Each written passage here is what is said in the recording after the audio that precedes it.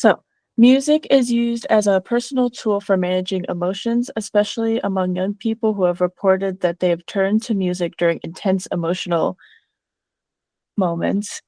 Because of the many personal factors that go into music taste and music as a tool for managing emotions, it proves to be a flexible and individualized tool, especially with negative emotions, as research also shows that people with depression often prefer sad music as it provides validation and emotional processing. While existing studies have discovered why and how music is used for emotional purposes, this study aims to specifically address how people are currently using music as a tool for emotional regulation in their day-to-day lives. Yeah, our research explores this question. How do people use music to regulate their emotions? And this study focuses first on college students to identify key emotional and motivational patterns in music use. A follow-up comparison between educational and non-student groups was used to explore the extent to which these patterns may be shaped by academic context or life stage. Okay, and now I'm going to talk a bit about the methods. So this study will use survey data, and it was conducted on individuals from each of the researchers' available social atmosphere. Questions will be geared toward the listening habits of individuals and how effective they perceive these habits to be. Our survey received 136 responses. Within that, we had 111 college students. This sample includes undergraduate students, graduate or professional degree students, continuing education students, or vocational, trade, and technical students. 73% of the participants identified as female and 56% identified as male. 4% of the participants were identified as non-binary, and 3 participants declined to state.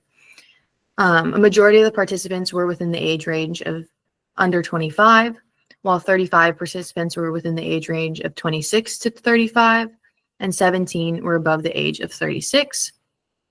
All participants completed the questionnaire voluntarily. This survey asked them to report their music preferences and habits. Our approach to sampling for the study was convenient sampling due to the time limitations and the ability to reach a wider audience. The questionnaire was sent out via class announcements in several classes at the City College of San Francisco and through other social networks. We collected information on a mixture of categorical variables and quantitative variables. As aforementioned, the first questions collected background information on student status, gender, and age. The following questions were a mix of questions about the habits and intentions of listening to music in their day-to-day lives. 7 questions were closed questions with multiple choice answers. And then 14 questions were closed questions with a rating scale, which had an ordered set of responses that the participants would have to choose from. They were asked to choose on a number scale from 1 to 5 that best described their habits, 1 representing never and 5 representing very often. A 5-point scale was chosen since they are typically best for unipolar scales when only one construct is tested, which in this case was frequency. The choice to use closed questions was also intended in order to get a limited set of responses that could effectively be compared and analyzed. In order to ensure participant anonymity, no personal identifiable information was recorded through the questionnaire. This research design allows for a preliminary examination of the research question, and in order to better understand this phenomena, a larger scale study with a larger sample size is required. However, time and convenience sampling precluded that in this particular study. And now for our results, we analyzed how different participant groups, the undergrads, the graduate students, and the non-students, how they use music to regulate emotions and how effective they perceive music to be in that role. So our analysis included descriptive statistics, the chi-square test, the ANOVA comparisons, and regression models.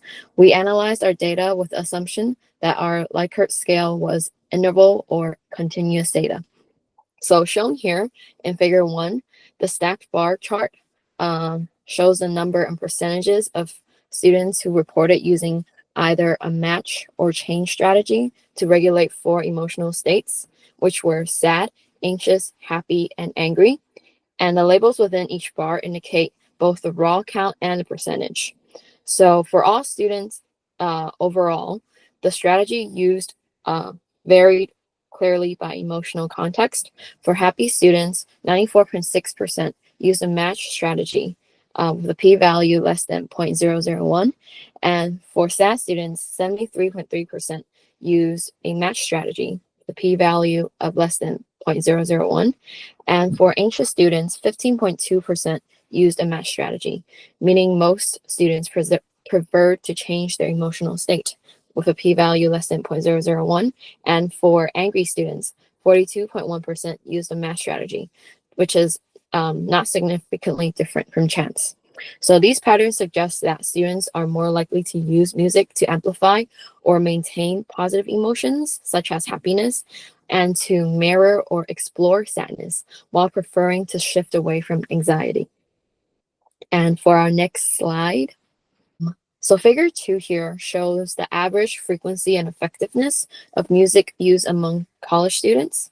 So these mean scores reflect how often students reported using music to regulate each emotional or motivational state, and how effective they found music to be overall. And 1 means never, and 5 meaning on their scale was very often. So students reported using music frequently to regulate a range of emotional and motivational states. So motivation received the highest mean frequency rating, 4.03 out of 5, as you can see from the first bar, followed by boredom, happiness, then sadness, anxiety/stress, and then lastly anger. So music was also rated highly effective overall for emotional regulation, with a mean effectiveness rating of 3.67 out of 5.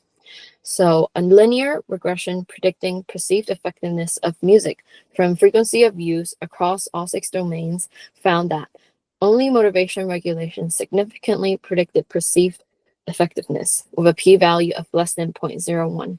So students who used music more frequently to regulate motivation also rated it as more effective overall. No other emotion-specific uses significantly predicted perceived effectiveness, however. And for our next slide. So in figure 4 on the left, this chart compares the average Likert scale ratings, 1 meaning never, 5 meaning very often. And it's across educational groups for how frequently participants use music to regulate motivation. So undergrads reported the highest use, followed by non-students and graduate students. And error bars represent the standard error of the mean for both these charts. So for figure 5, the chart on the right, it compares how effective participants from each group rated music for regulating their emotions. And it's the same scale, 1 meaning not at all, 5 meaning extremely. Actually, it's a different scale, sorry. But there were no statistically significant differences across groups.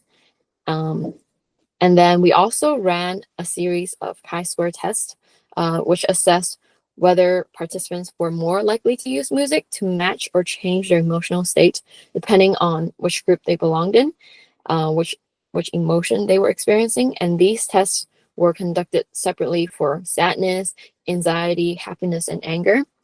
No statistically significant group differences were found for any of these, suggesting that the choice to match or change emotional state through music is consistent across these groups.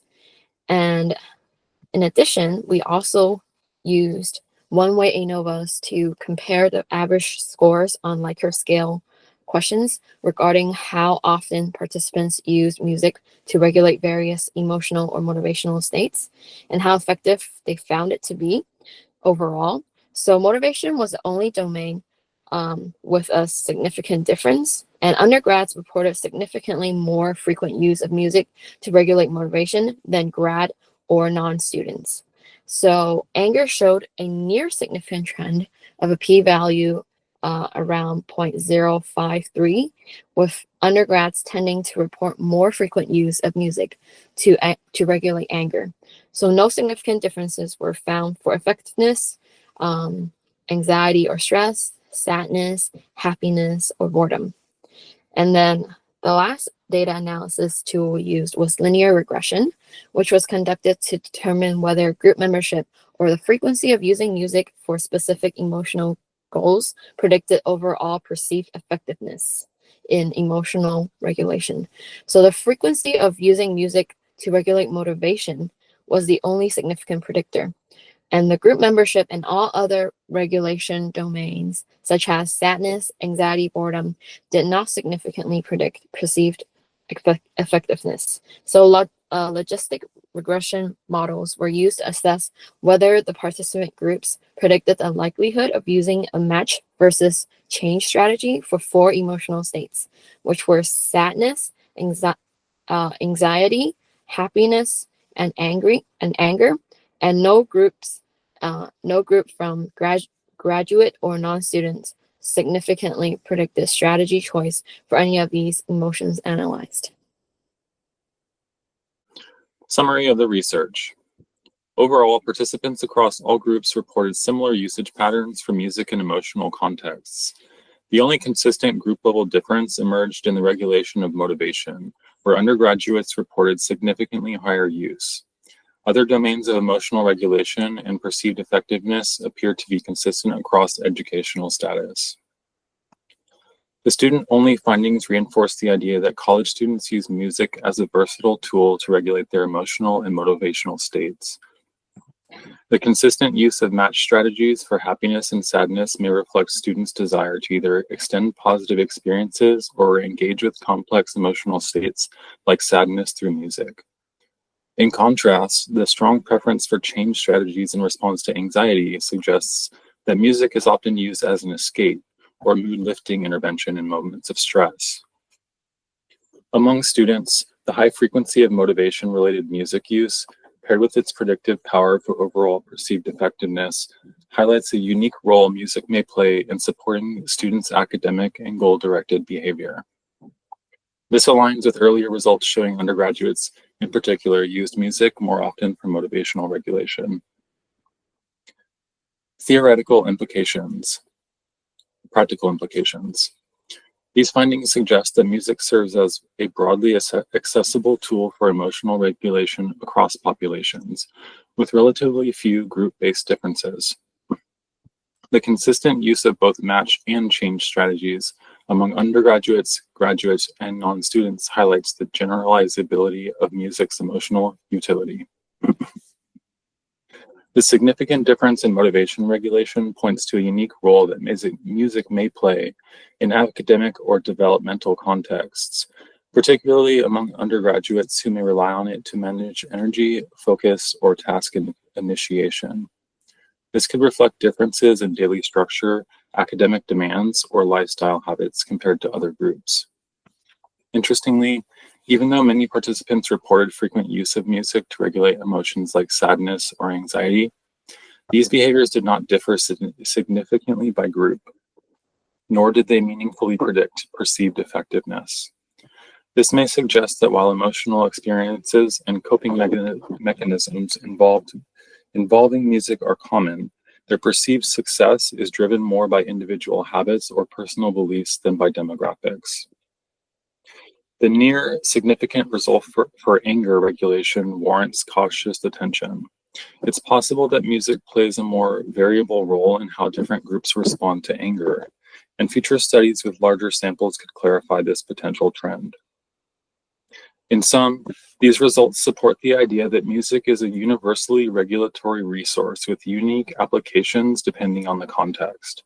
Motivation, in particular, may be a key pathway through which music impacts functioning in younger or student populations.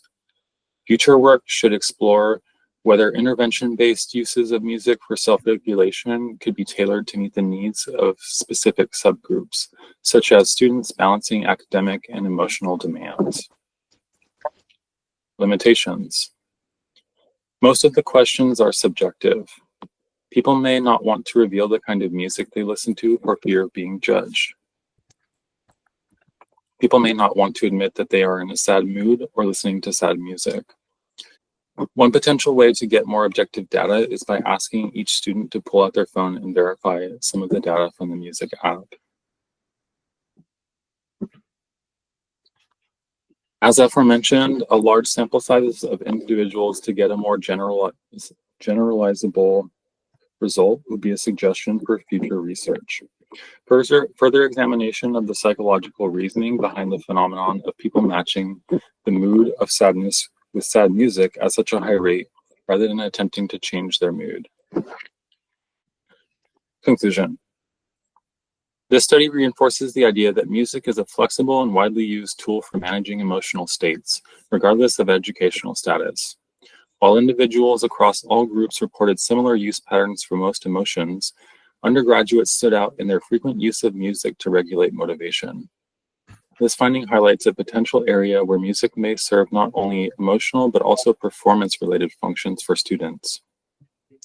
As music continues to be an easily accessible and personally relevant medium, future research and interventions could harness its power more strategically to support motivation, focus, and well-being in academic populations.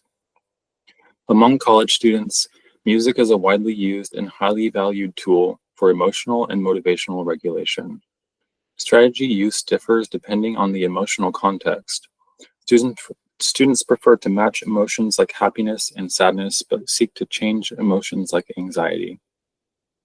Music's role in motivation stands out as especially influential, both in terms of frequency of use and perceived impact. These findings suggest that music-based interventions for students may be most effective when tailored towards boosting motivation and managing anxiety, especially during challenging academic periods.